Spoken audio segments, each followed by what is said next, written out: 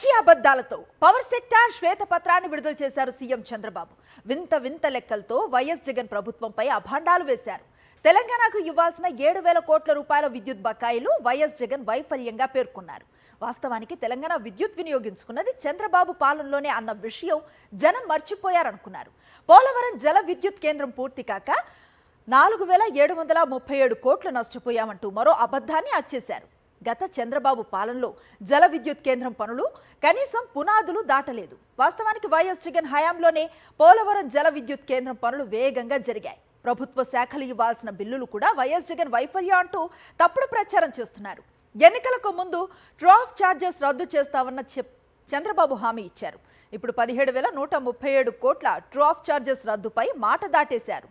ట్రాఫ్ charges ను రద్దు చేస్తారా అన్న మీడియా ప్రశ్నకు సమాధానం చెప్పలేదు.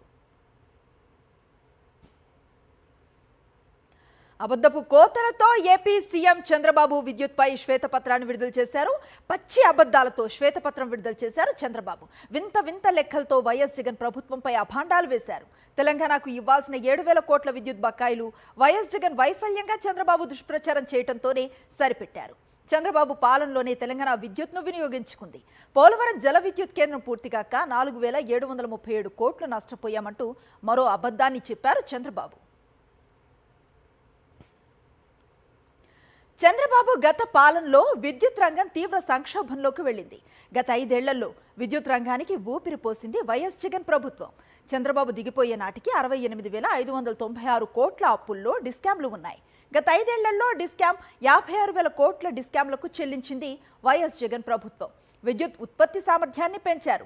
కృష్ణపట్నంలో శ్రీ దామోదర సంజీవయ్య థర్మల్ పవర్ స్టేషన్లో 800 మెగావాట్లు, నార్ల తాతారావు థర్మల్ పవర్ స్టేషన్లో 800 మెగావాట్ల యూనిట్లను జాతికి అంకితం చేశారు. ప్రపంచంలోనే అతిపెద్ద 5,230 మెగావాట్ల ఇంటిగ్రేటెడ్ పునరుత్పాదక శక్తి నిల్వ ప్రాజెక్టుకు పిన్నాపురంలో శంకుస్థాపన చేశారు. నెట్కాస్ ఆధ్వర్యంలో 44,240 మెగావాట్ల సామర్థ్యంతో pump to storage hydro power ప్లాంట్ల ఏర్పాటుకు శ్రీకారం చుట్టారు. వ్యవసాయానికి 9 గంటల పగటిపూట ఉచిత విద్యుత్ను వచ్చే 30 ఏళ్ల పాటు కొనసాగించేందుకు 7,000 మెగావాట్ల సౌర విద్యుత్ను కొనుగోలు చేసేందుకు సోలార్ ఎనర్జీ కార్పొరేషన్ ఆఫ్ ఇండియాతో ప్రభుత్వం ఒప్పందాన్ని కుదుర్చుకుంది. సబ్సిడీ బకాయిలను కూడా సకాలంలో విడుదల చేసింది వైఎస్ జగన్ ప్రభుత్వం. 5 ఏళ్లలో ఒక్కసారి కూడా పవర్ హాలిడే విధించకుండా సమర్థవంతంగా విద్యుత్ రంగాన్ని నిర్వహించింది. వైజాగ్ గ్లోబల్ ఇన్వెస్టర్ సమ్మిట్లో 9.57 లక్షల కోట్ల విలువైన ఇంధన రంగ ప్రాజెక్టులకు ప్రముఖ పెట్టుబడిదారులతో 42 అవగాహన ఒప్పందాలను కుదుర్చుకుంది వైఎస్ జగన్ ప్రభుత్వం. ఇంధన పొదుపు, ఇంధన సామర్థ్య కార్యక్రమాల ద్వారా 3,800 కోట్ల విలువైన 5,600 మిలియన్ యూనిట్ల విద్యుత్ను ఆదా చేసింది.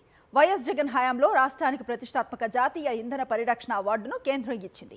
ఏపీ ట్రాన్స్కో, నెట్ క్యాప్, ఏపీకి 3 ఎనర్షియా అవార్డులను, ఏపీఎస్పీడీసీఎల్కు 2 జాతీయ అవార్డులను consumer service rating of discoms పేరుతో విడుదల చేసిన నివేదికల్లో ఏపీలో 3 డిస్కామ్లకు ఏ గ్రేడ్ వచ్చింది. మాచ్ఖండ్లో Odisha hydropower corporation, AP Genco సంయుక్తంగా మాచ్ఖండ్ ప్రాజెక్టు ఎగువ, దిగువ 98 మెగావాట్ల సామర్థ్యం కల 3 జల విద్యుత్ ప్రాజెక్టుల నిర్మాణానికి చర్యలను చేపట్టింది. అప్పర్ సిలేర్లో 11,154 కోట్ల అంచనా వ్యయంతో నిర్మించే 1,350 మెగావాట్ల పంప్డ్ స్టోరేజ్ ప్లాంట్లకు కేంద్ర విద్యుత్ మండలి నుంచి అనుమతిని తీసుకొచ్చింది గత ప్రభుత్వం.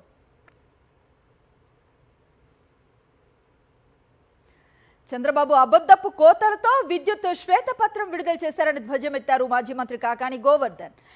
వింత లెక్కలతో వైఎస్ జగన్ ప్రభుత్వంపై అభాండాలు వేశారని మండిపడ్డారు. వైఎస్ జగన్మోహన్ రెడ్డి పాలనలోనే పోలవరం జల విద్యుత్ కేంద్రం పనులు పరుగులు పెట్టాయని వివరించారు. చంద్రబాబు పాలనలోనే విద్యుత్ రంగం తీవ్ర సంక్షోభంలోకి వెళ్ళిందన్నారు.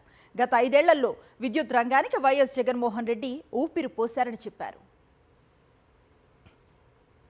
5 ఏళ్ల పాలనలో అది మరింత దారుణంగా క్షీణించి వాటి విలువ -20,000 కోట్లకు పడిపోయింది.